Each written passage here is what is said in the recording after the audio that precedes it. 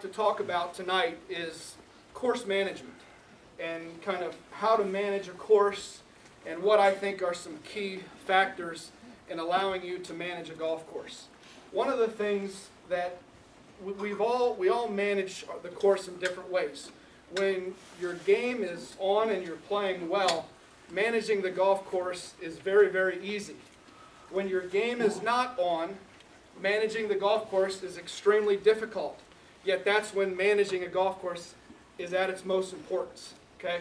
When you're not on, you have to know where to miss the ball, etc., etc., a lot of different things. So, and in the room, we're going to have a lot of different people that are at a lot different levels in golf. Some of you may be trying to break 100. Some of you may be trying to break 90. Some of you may be trying to break 80. Some may be trying to break par. Okay? I don't know the diversity of the room, but at each level, the level that your course management must be at gets higher and higher the higher the stakes become.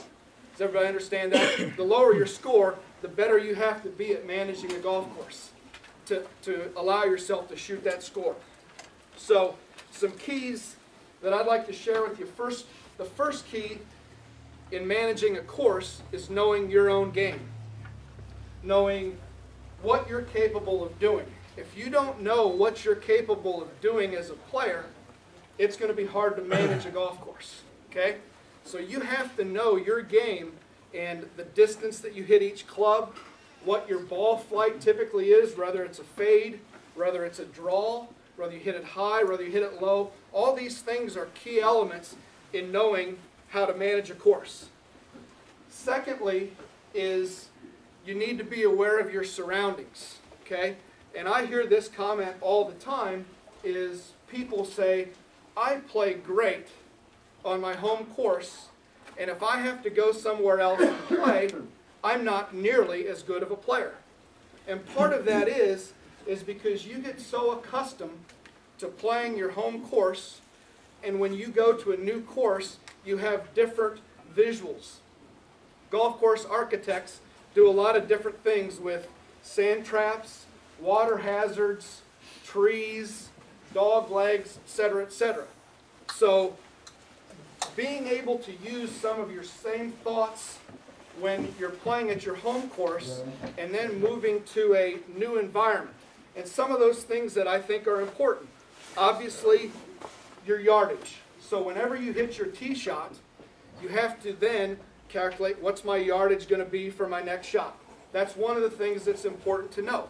And you have to know, is it better to be short of the flag, past the flag, right of the flag, left of the flag? Okay? So yardage is something that's important. The wind. How is the wind going to affect the shot? Is the wind coming into my face, left to right, right to left, downwind? That's something that's very important because if it's downwind, chances are pretty good the ball's not going to want to stop as fast because the wind's going to be helping the ball. If you're into the wind, the ball's going to stop quicker. Side wind, crosswind, the ball's going to want to curve a little bit more unless you shape the ball into the wind. Whether you're in the fairway or the rough. If you're in the fairway, you're probably going to have a clean lie and you can control the ball. If you're in the rough, you may get a flyer to where the ball goes a little bit further than what you want. That's something that's also very important. So putting all those characteristics and being able to process all that information before you hit a shot is vital. Okay? One other thing I forgot to mention, as I'm going along and talking about this, if you have questions as I go, please raise your hand and we'll address the question as I go. And if there's questions at the end of each topic, we'll go from there. Number 3 is when to be aggressive, when to be conservative. Okay? When to be aggressive and when to be conservative. When to be aggressive, here are some examples of things that when I played were when I would be more aggressive. Number 1, I had a good yardage. What do I mean by having a good yardage? I would hit my 8-iron about 150 to 155 yards. If I had a yardage somewhere between 150 to 155 without the wind or whatever affecting me, that was a pretty much comfortable yardage. I didn't have to worry about outside elements affecting me. So good yardage would be a reason to be aggressive. The shape of the hole.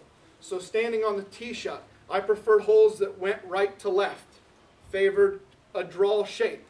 I liked that tee shot. Shapes that went left to right, not so much. I didn't like those holes as much. One of the things that I would do is I would take out a 3-wood and I would play short of the dog leg. Because on a lot of dog legs on tour, when the hole shapes left to right, if you don't hit it with the shape of the hole, the ball goes through the fairway into bunkers, into rough, into trouble. So I would take a 3-wood and hit it straight and eliminate having to worry about shaping the shot. Does everybody understand that? Just being smart and playing to that left to right shot is not my strength. So why try to challenge it when it's not a strength? Now, right to left, all day long, I'm going to look at that tee shot and lick my chops, thinking, man, this is great. This is a shot that I see. So, obviously a shape that fits your flight. Where the hole location is on the green would also be another reason why I might be aggressive. Again, I liked hole locations that were center of the green to the left. That favored my draw, shaping the ball into the flag. Hole locations that were on the right side of the green, I didn't like so much. So what did I do to compensate that? I tried to put the ball left of the flag. I like to hit a right to left shot, so I would hit my ball at the flag and let the ball curve to the middle of the green. Okay?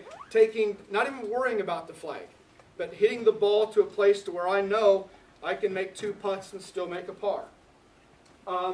Also, another opportunity to be aggressive was if it was my favorite club. 7-iron and 5-iron were my 2 favorite clubs. If I had a 7-iron or a 5-iron in my hand, I felt very good, no matter what circumstance. Those were 2 of my favorite clubs. They were also 2 clubs that I practiced with the most. And also, probably most important about being aggressive was my level of comfort with the shot.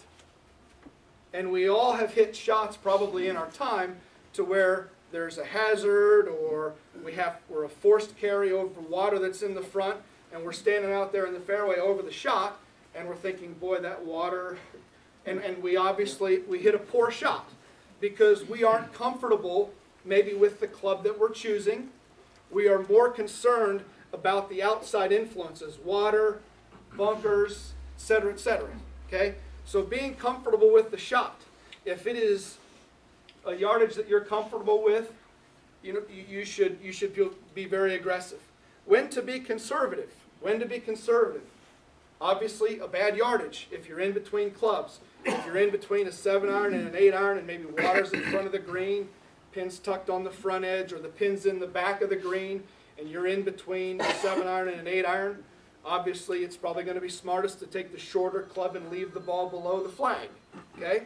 So obviously a bad yardage is a time to be conservative. Again, I addressed if the hole doesn't fit your ball flight. Don't try to defeat the hole. Okay? Just be smart. Where the hole location is on the green. I didn't like left to right, back right hole locations, front right. I avoided those flags. And again, if you're not feeling comfortable with the shot or you're a little nervous with the shot, don't challenge it because that's going to lead you. It's going to lead you to trouble. Okay. Again, attacking different hole locations. Okay. This is my 4th thought here about managing a course. One of the things we all here probably have a ball flight that we favor. Okay. We all have a ball flight that we like to hit the ball on. Okay. And what you need to do in helping you manage your game is if there's a hole location, let's say for example a back left or a middle left or a front left hole location, okay? And you are a typical fader of the golf ball, okay? Don't challenge the flag. Put the ball on the green to where you can 2-putt from. Because you start trying to challenge those flags, you start the ball further and further left of the green.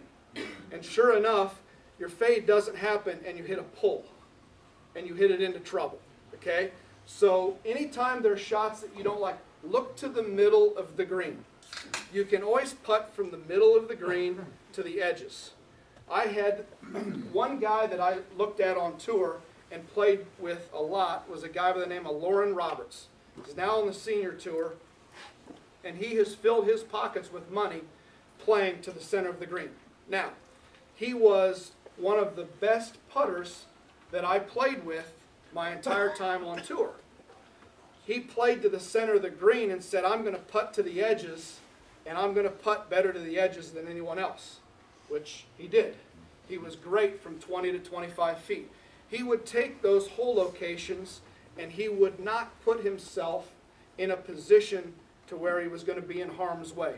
He was always playing the ball. If it's back left, he tried to get the ball to the center. If it's back right, he tried to get the ball to the center, and he putted to the edges, okay? Because putting was a strength, okay? In order to be a good manager of the golf course, you have to have strengths. That may be your ability to drive it. It may be your ability to be a good iron player. Maybe your ability to be a good chipper, a good putter. We all have strengths. We all have weaknesses. Everybody on the PGA Tour has strengths, and they have weaknesses. Part of being a good manager is playing to your strengths.